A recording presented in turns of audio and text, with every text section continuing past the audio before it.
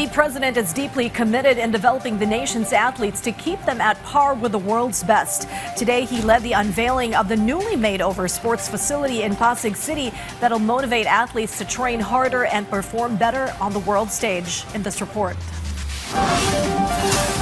With the goal of further strengthening Filipino athletes, the Phil Sports Complex in Pasig City has been given a new look. From a new gym equipped with state-of-the-art equipment to a fully renovated dormitory for better living conditions for athletes. The facility is now a far cry from its previous condition, which had deteriorated over time. After 6 years since its last major rehabilitation, the complex has now reopened, led by President Ferdinand R. Marcos Jr. He was joined by First Lady Eliza Marcos and presidential son and sports ambassador Vinny Marcos. The president emphasized the importance of strengthening sports in the country and providing athletes with what they need, especially since they bring honor to the nation. Not only the glory it brings to our country, the pride it brings to every Filipino. Look what Manny Pacquiao did for us.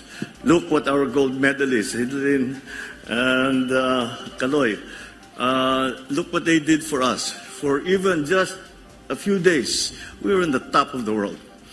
And that's so important. And it also brings the country together. Because walang Pilipino na hindi kakampi sa Olympian natin o sa athlete natin na lumalaban.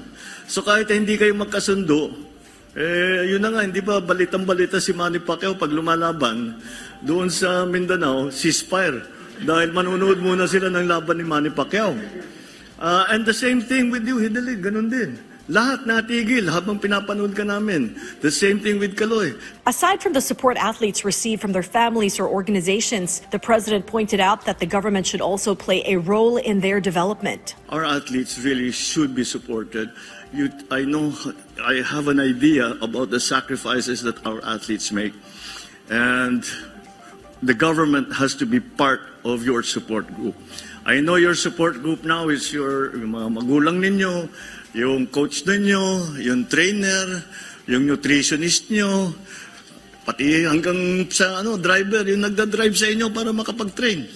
Yung ganun lang. But we know the sacrifice. That's why government, if we truly consider this important, government has to play its part. We cannot depend on that informal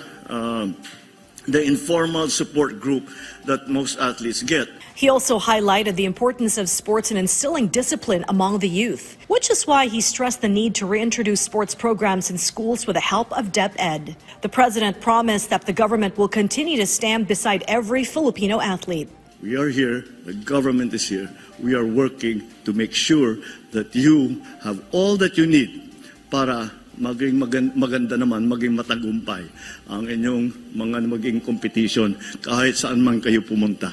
For Olympic gold medalist Hidlin Diaz, the improvements made to the Phil Sports Complex are a huge boost for athletes. She said the upgrades helped lift the morale of Filipino competitors. So ito yung mga kailangan talaga namin mga atleta, and we're thankful the government helps us to, and our president, PBBM, help us to build this, saka si First Lady. And ayun nga, sabi nga niya, hindi lang ito yung support system na kailangan ng atleta, but yun nga, yung kailangan ng atleta talaga is support from government para mas-sustainable din ang maging journey ng isang atleta patungo sa Olympics. Among the new facilities in the Phil Sports Complex is the Sports Museum, where memorabilia of Filipino athletes who made history in the world of sports are featured. The project is part of the mandate of the Philippine Sports Commission to establish, develop, and maintain complete sports facilities and centers in strategic locations to advance sports development in the country and to promote healthy communities and sports tourism. This is Sharms Espina from the National TV Network for a new and better Philippines.